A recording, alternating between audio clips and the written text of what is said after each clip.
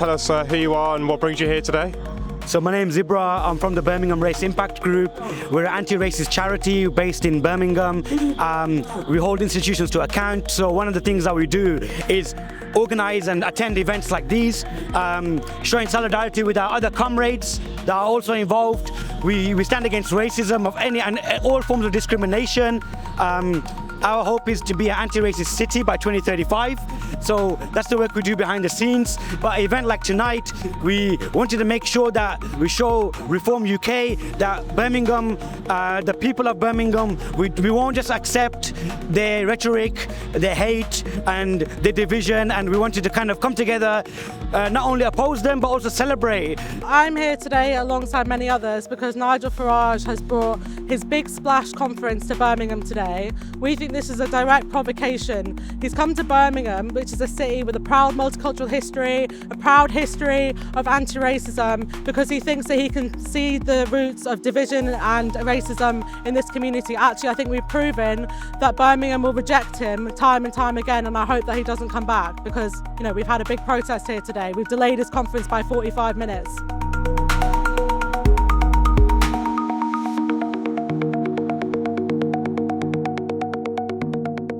Me, myself, I've been involved for a number of years now, and events like tonight, yes, it's great to come out and stand, but we always try to do stuff behind the scenes as well. So we are part of organising tonight, so we were part of the organising committee, and we also hosted the public meeting that took place 3 days ago. So we're here not only to attend, to oppose racism, fascism and the far right. The UK's in a dire situation because we've got dangerous politicians like Nigel Farage who are here and they're sticking to their old formula, divide and rule, you know, but they can't divide us. You can't divide Birmingham. He can come here, do his thing and then go wherever he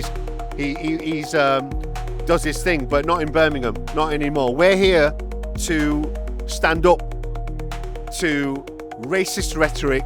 We're here to stand up as one people. Birmingham is the people's capital, you know, and for them to come in here and think nobody's going to make a noise, it's impossible.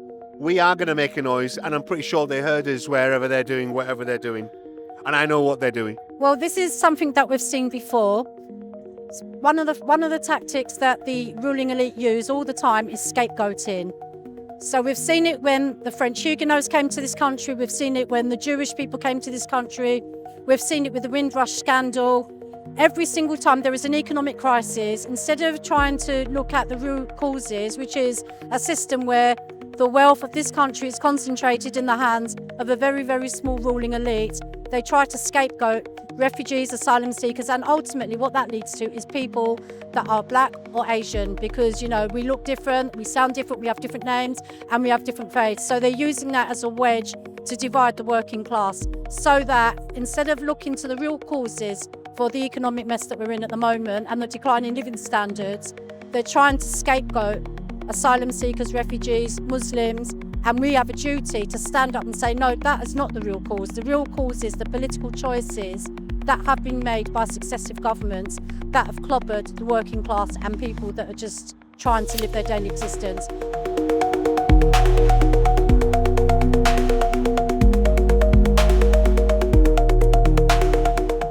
So Anti-Racism is a national organisation. We're the biggest anti-racist organisation in Britain. Last summer, when we were faced with the far-right riots on our streets, we mobilised people up and down the country under our banner to go out and protest against the far-right and to give hope to people and confidence to more to come out. So I think we were able to mobilise the anti-racist majority then.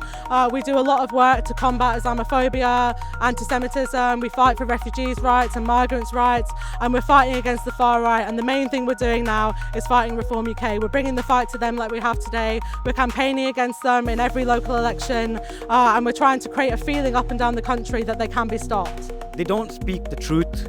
They fill the rhetoric with lies and, you know, racist kind of ideology and far right kind of rhetoric that really goes against what I believe in personally, which is equality and diversity and you know, making sure everybody has the same opportunities, let alone whatever colour or whatever background or faith they are. I believe everybody should have the same opportunities. So I'm here to kind of show solidarity with my colleagues, my comrades, but also to show that, I can't just sit at home and let this happen, This is how Birmingham is the majority minority city. There's more people from ethnic minorities. We're, 54% almost. Our schools, our, education system is full of almost 70% of children from ethnic backgrounds. And I just want to make sure that the future for those younger generations is better than the stuff that people have faced in the past and what we're facing today.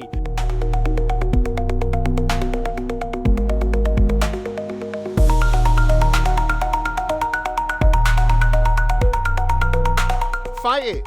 Fight that whole desecration of human society. Stand up for your rights. My family did that when they came here and migrated here.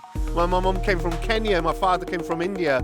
There's people, Birmingham's a melting pot, the city was made on industry, on people working, in steel industry, in the foundries. They've worked all their lives, contributed, paid their taxes, and now they're being told, oh, they don't belong here. Of course we belong here. And people forget their history. How come they were there in India for 300 years? Nobody talks about that. With the rise of the far right, what's concerning is that they don't just represent a threat to Muslims, to black people, to Asian people. They don't like trade unions. They don't like people that are on the left of the political spectrum. So this is specifically aimed at the Reform UK Party and others. Anyone that stands for justice, anyone that stands for unity, they're opposed to that. They feel that we're brainwashing people. So for me, and also they're anti-LGBTQ+ as well. So if you're somebody, for example, if you were a black person and you were disabled, you were gay, and you were somebody that was a Muslim, you're going to be persecuted on so many different levels. It's ridiculous. And so that's why we have to stand firm and say, one struggle is all of our struggle, because we stand united. Well, I think that Reform UK is the biggest challenge for anti-racists in this country. This is a unique challenge. It's something that we haven't seen before. This is a far-right party with a block of 5 MPs to the right of the Tory parties. This is new in Britain. This is new ground that we're in. I think that they are the biggest threat because they are surging in the polls. Some of the polls put them ahead to the Tories and Labour. They've got over 200,000 members. Nigel Farage says he's building a people's army. And the kind of army that he's building is one that is based on anti-racism, and division. But we want to build a people's army against him. Nigel Farage is a fraud as well. He's a racist, and he says that he's spreading lies that some ordinary people are buying. And we want to create a movement that can actually shift that and say that we can tap into the fact that we think that most people in this country actually welcomes refugees, actually thinks that anti-racism is a good thing, that hated what happened last summer, that actually hates what Nigel Farage represents, but we have to expose him and we have to push him back.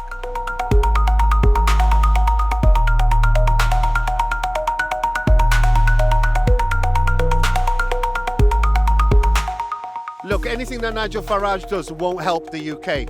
It'll only help his own cause and his own people. That's it. That guy's a businessman. He doesn't care about his own people. They're all infighting in their own, what's that called? Deformed. They're deformed. They're not reformed. They're deformed. Yeah? He's gonna start another party because there's gonna be infighting. They all hate each other. It's all smiles on the camera. It's all crap. So I don't believe their rhetoric, and I'm not gonna have it. Not in this city anyway. So as far as I'm concerned, the economic concerns, they're valid concerns, but we have the same concerns. So the people that are listening to Nigel Farage at the moment, they've probably got more in common with us than they have with him. And the problem again with the economic concerns is that they're scapegoating people and blaming them. You can't blame people coming over on small boats, people that are fleeing persecution in their own countries. And in terms of the immigration rules that they're bringing in, saying that you need to be earning, I think it's 20,000, I think the threshold might be more than that now, before your family members can come and join you. That's going to disproportionately impact people that are in low-paid jobs. That means they'll never be able to get their family members to come and join them. Even if they are British citizens that have been naturalised, they will never have the same rights to family life as other people. And we don't believe in that divisive type of society.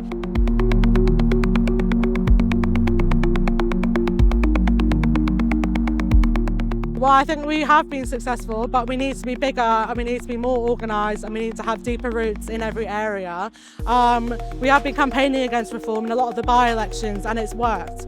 So in Wales, Reform UK just got their first councillor, but just before that there was a by-election in which Reform UK, their vote, they came fourth, I think, and that was because sanitary racism activists in the area went door to door leafleting with a leaflet we have that, you know, calls Reform UK out for their racism, and the candidate for Reform UK himself gave us a great little soundbite in which he said that everywhere he went his campaign was ruined because everywhere he went everyone was asking him, what does it mean that you're a racist? Can you explain yourself that you're a racist? So, you know, actually when we expose them on this side we can see that they're weak and they can be broken. So in terms of success, we held a summit in October, and in that summit the West Midlands Mayor Richard Parker, the Police Crime Commissioner Simon Foster, alongside 71 other organisations signed up to the anti-racist pledge to commit to doing the work behind the scenes to make Birmingham an anti-racist city by 2035. That pledge has the most amount of groups, organisations committed to it in the whole of the UK. The majority of people are not racist. So we're not going to allow people like Farage to try and pretend otherwise. We will tell them and make them know that we're not racist. There's a few minority that you've been able to tap into. We're not going to let you carry on with that divisive rhetoric. We will have to provide an alternative. So within the trade union movement, as far as I'm concerned, we have a duty to providing that alternative narrative so that people can see there is a way of tackling those inequalities, tackling those injustices and the economic problems without scapegoating other people that are totally innocent of it. I would say, wake up. Let the people of Birmingham wake up. And around the UK, not just Birmingham, London, Leeds, Bradford, Leicester, even the smaller towns, Doncaster, Scunthorpe. Wake up. You know, it's not going to happen anymore. We're not going to have it. We're not going to have this. And I think I'm really overwhelmed by the support that we've got here, you know, to come and voice that that's not happening here. Nobody's got a problem with any protest. Doesn't matter what you want to protest about, you know. But if it's gonna fuel hate, we're gonna extinguish that.